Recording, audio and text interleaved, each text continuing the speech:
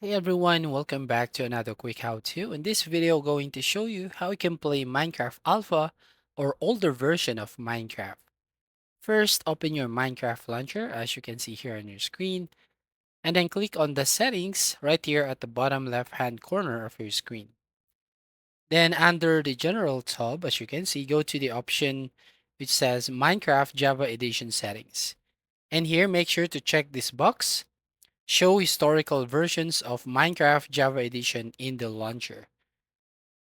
So once you have just checked this box here, go back to Minecraft Java Edition, then go to Installations tab, then add a new installation by clicking on New Installation button right here. And then from here, we can now enter the name. For example, it is Alpha, and we're going to select the oldest version.